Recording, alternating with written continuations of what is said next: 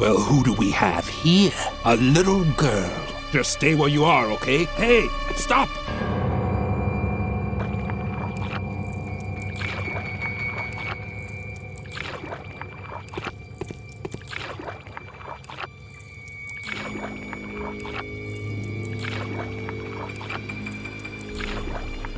Hey, come back!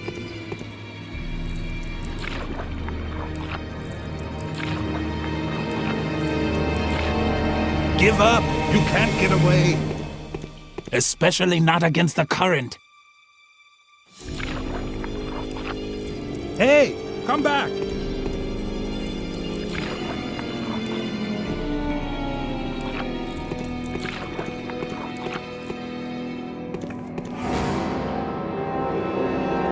Triumphantly, Lily climbed the ladder. She had finally found a way to get into the institution. Not so fast.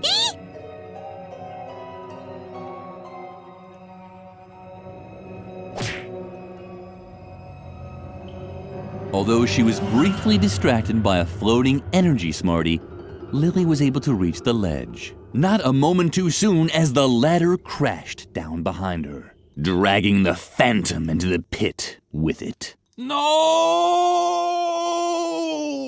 Fortified by the energy smartie, Lily was able to pull herself up on the ledge. Now her search for Edna could continue.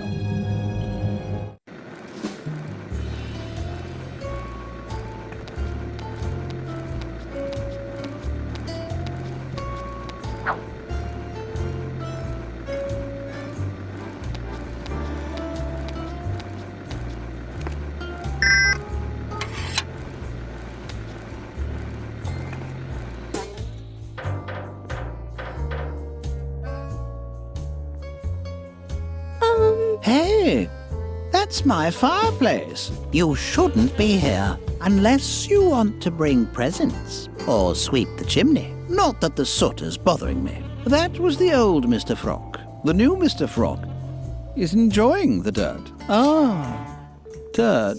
You see? That's Mr. Frog to you. And in case you're wondering what a piece of clothing like me is doing inside a fireplace, I'm acquiring soot. That's right. I used to be very fastidious about staying clean. But then this impertinent person came along and dared to spill something on me. The stains never came out. My clothing is black and greasy. My socks haven't been ironed. And I even have fleas. Karen and Bertram. I'd introduce them to you, but they're sleeping right now. I'm living in a sooty chimney. So what? I used to be very fastidious about staying clean. Now, I don't care anymore. You're now speaking with the dark Mr. Frog, who eats his gummy bears without a napkin.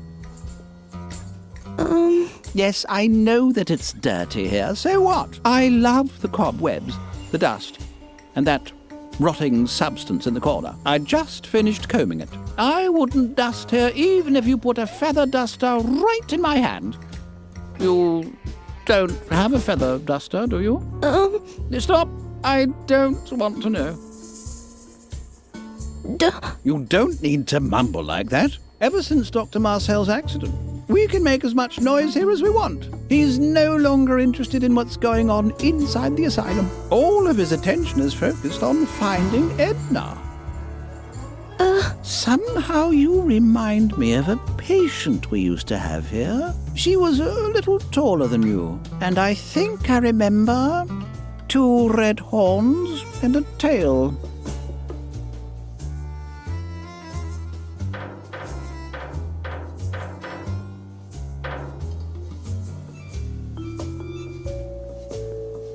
Lily had had to use a feather duster in the convent on more than one occasion, and sometimes she secretly tried it.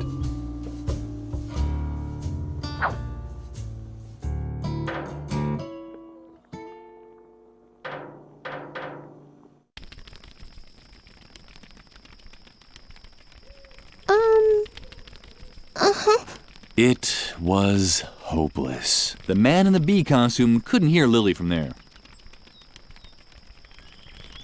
Moths fluttered around the dim light of the lamp. They were apparently searching for food.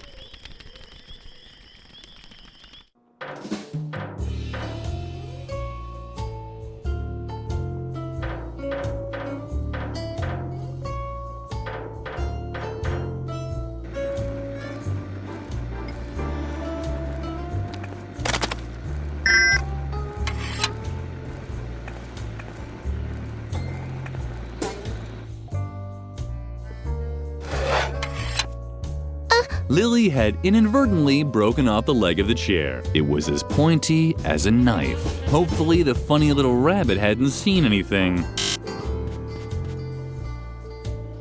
But Lily, what are you doing there? Don't you remember? You must not use sharp objects. Just don't touch it, okay? See you around.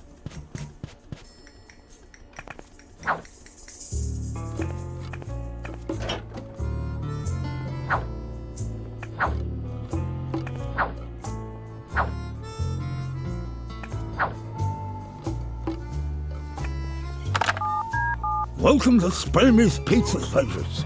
My name is Pokey. Can I take your order?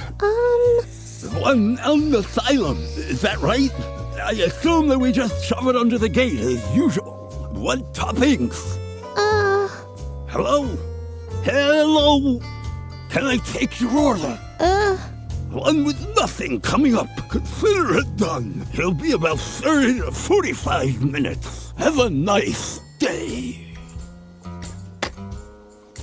Somebody had left their credit card in their coat pocket. A certain... Hey! That was Dr. Marcel's credit card. How about that?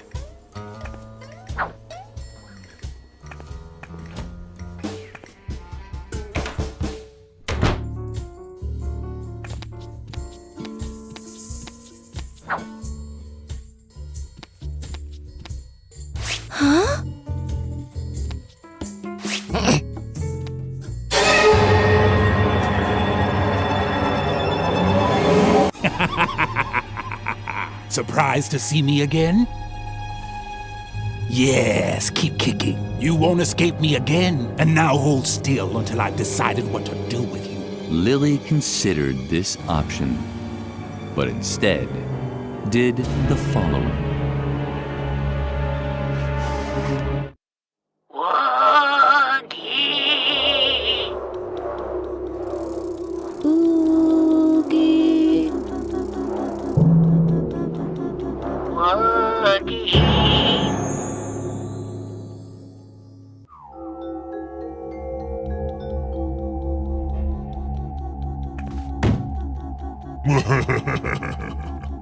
That's right. Run away. I'll get you next time.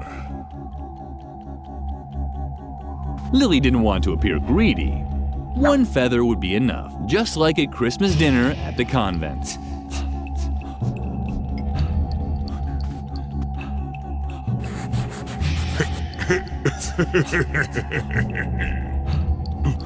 Stop that.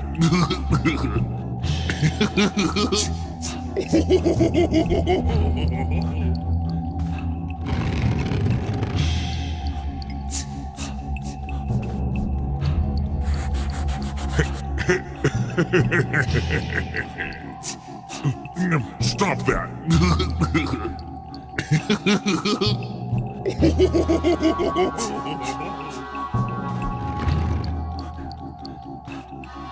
The pain. You dang brat. Look what you did. Don't just stand there. Do something.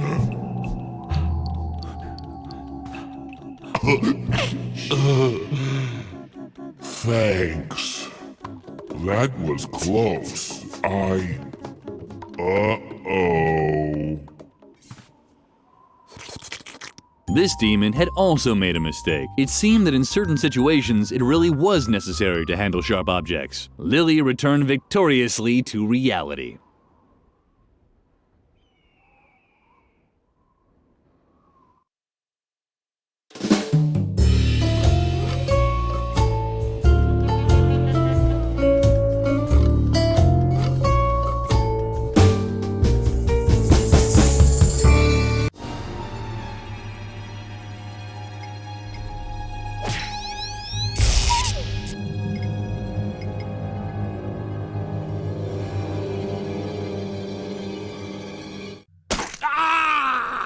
My eye! Damn you, you disobedient brat! Damn!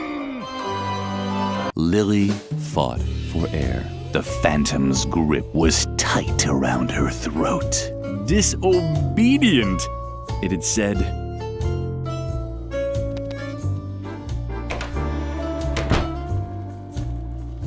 Viddy, viddy, viddy, viddy, whoosh! Welcome to the laundrette. That was your cue to say, this is supposed to be a laundrette, and I'll answer, of course! Oh, admittedly, it's a little rustic, but necessity is the mother of invention. Mother knows best, and now we're doing our laundry in the urinals. Too wishy-washy for you? What other choice do we have? Exactly none. You don't have to, you know. Just make sure that the fabrics are separated properly. The toilet sanitizers really stink. We'll do the red laundry in the urinal with the red toilet sanitizer. Yellow laundry in the urinal with the yellow toilet sanitizer. Blue laundry in the urinal with the blue toilet sanitizer, and green laundry in the urinal with the green toilet sanitizer. If you want to try it, just show me some clothing with the right color. Then you can use the matching urinal as often as you want.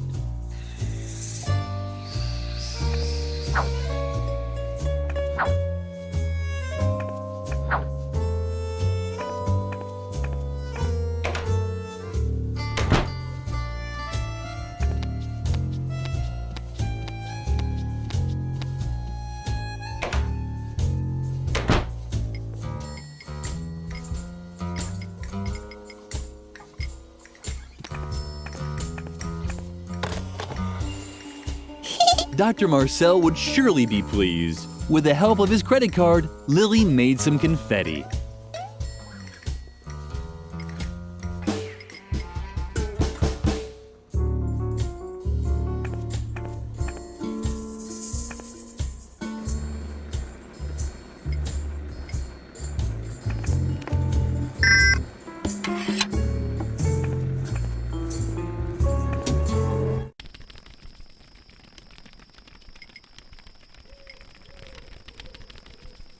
Lily had often wished to go to the zoo to feed the animals. It was even more beautiful than she had imagined. Lily knew that you could use starch to stiffen up laundry. It wouldn't hurt to give it a shot. Well, who said it? Now Lily had a stiff towel with holes.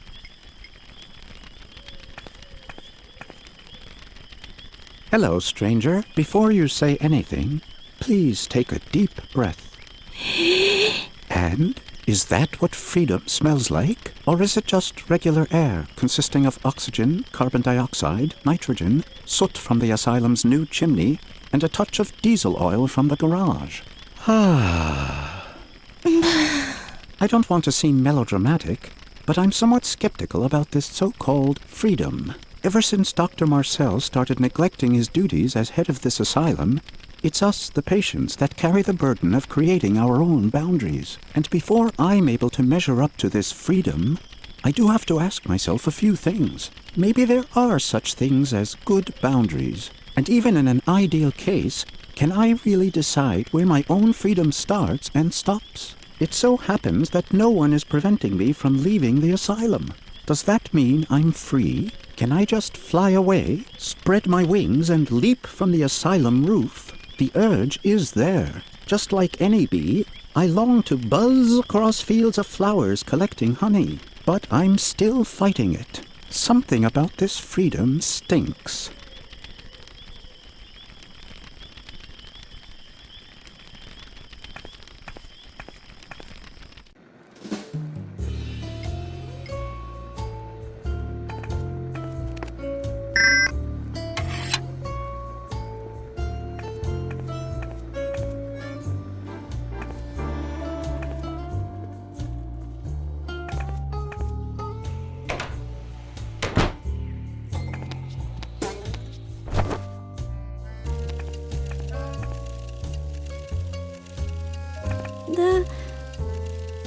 My goodness, who do we have here then? Another player! Yippee! Don't pay any attention to him! Peter just sees black all the time! He was born that way. That's true! Peter suffers from color blindness! Struggle Jug! Well said, loyal friend. We all have our crosses to bear. Oh yeah? Do you all wake up every morning knowing that one day you'll lie dead at the foot of a traffic light? Not exactly. But Druggle Jug, for instance, mixes up his blues and greens. You can't really compare the two. Your girlfriend Petra mixes up her yellows and greens. She's not my girlfriend. And we, King Adrian, mix up our reds and yellows. You should have been there when we played the board game. Sorry, Peter almost choked to death. I wanted to end my misery. Afterwards, we decided never to play a board game again. Only fantasy role-playing games instead. You decided that. And what did we just say? It's so exciting! We're a group of adventurers in the legendary world of Hope Motigore. Oh, please, why don't you join us? Druggle Jug, not so fast. If the fair maiden wishes to join us in battle, she must first prove herself worthy. She must complete a task that puts her heroic valor to the test. Just tell her to order a pizza already, so we can get on with it. So be it. She shall order us pizza. I want broccoli on the pizza, but no tomatoes, please. Druggle Jug! Oh, no broccoli. Druggle Jug? Bananas aren't bad either, but I could just die for broccoli. Oh, yes. Please do. For that, I'd even happily have bananas on a pizza. You only eat blueberries anyway. Yes, I like blueberries, but in this life, you never get what you want anyway. Upon the order of the king, blueberries will be banned from the pizza. Instead, knowest that tomatoes will grace the pizza dough from now on. But I don't like tomatoes. Lily had heard enough. It seemed impossible to get a pizza that everyone liked. You're probably wondering why Droggy has a green pillow on his head, right? Druggle Jug? My goodness, she's right. What on earth are you wearing? You're embarrassing me in front of my new subject. Druggle Jug. Yes, it is a little strange. Wait until you've heard the explanation. Today should have been Blue Pillow Day. Druggle Jug.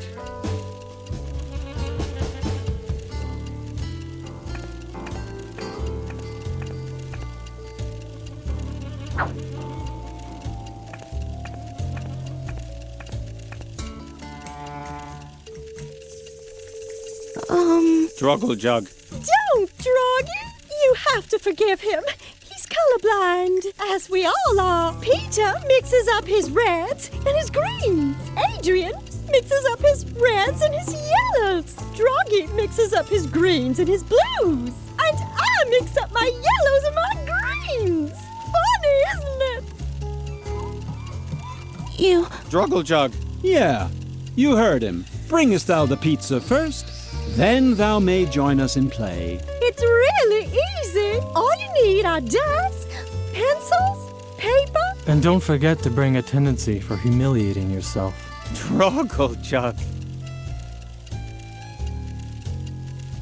The candles smelled wonderfully of honey and flowers. At least that's what Lily assumed. The flowers in the convent always smelled like insecticide. Lily liked to smell them nonetheless.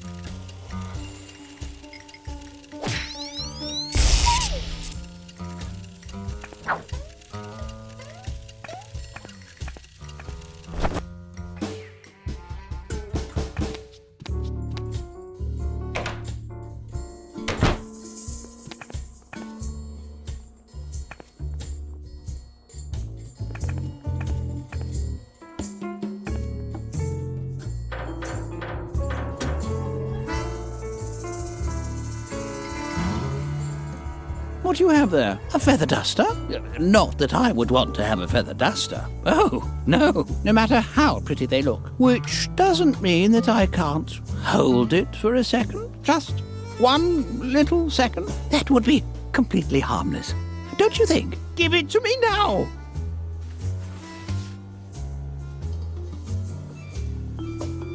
Ah, what a relief. And just look, I even found my old spare sheets. Here, go ahead and take it. You've earned it.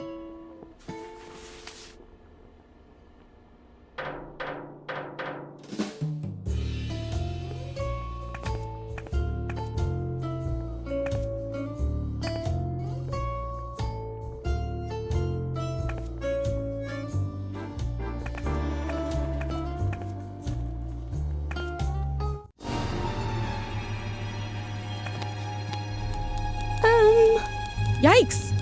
What are you doing here? Are you actually dead? Too bad. I could use a little entertainment, but the doctor told me not to talk to other people. At least not living ones. Sorry.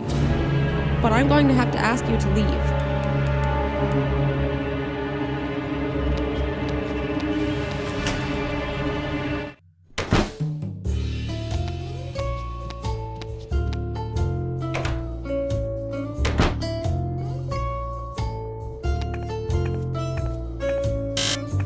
But Lily, what are you doing there? Don't you remember? You must not use sharp objects. Just don't touch it, okay? See you around.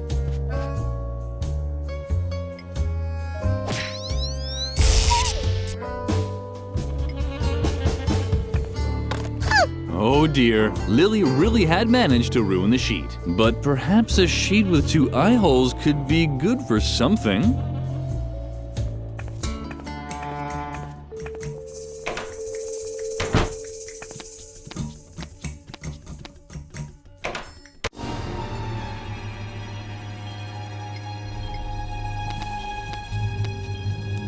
Yikes! A ghost! How sweet! Finally someone to talk to. You have to help me. Dr. Marcel is wrongfully keeping me here in the asylum. Isn't there anything that you and your ghost buddies can do about it? Curse him? Deprive him of his sleep? Drag him into the 7th circle of hell and torture him for all eternity with red-hot needles? Oh, come on. I've done so much for you. I've performed obscure rituals, sacrificed chickens, danced naked. Although when I think about it, I'm not sure if it was really a ghost that asked me to do that. Ugh. I don't feel so well. Could you please take off your head while we're talking? Oh man, you're not very talkative. Can't you help me at all? Great! Look at this! The doctor is forcing me to knit these stuffed rabbits. No idea what he needs them for, but I'm not very good at it. Maybe you could lend me a hand. Wait! I'll push some of the fabric through the hatch.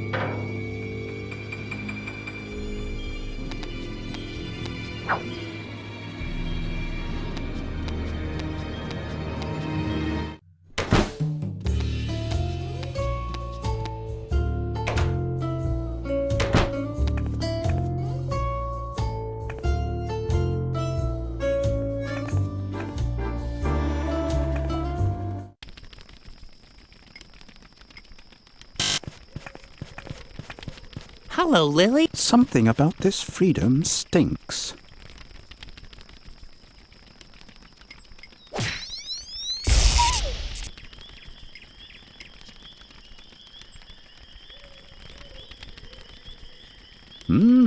That smells good. But even if the illusion is almost perfect, it's only artificial flavors and chemical esters. An almost perfect illusion, but not real. Like with everything here in the asylum, it's only a half-hearted attempt to trick us into thinking that we're free. And now that no one is stopping us from leaving the asylum, it provides us with a welcome excuse to refuse to leave. Right you are, stranger. I'm just running away from my responsibilities. The responsibility to myself, to accept the deal that the world out there has offered me. I thank you. I've made up my mind. I can't just sit around here doing nothing anymore. I should buzz across fields of flowers and collect honey. Toodaloo, asylum. Hey-ho, freedom.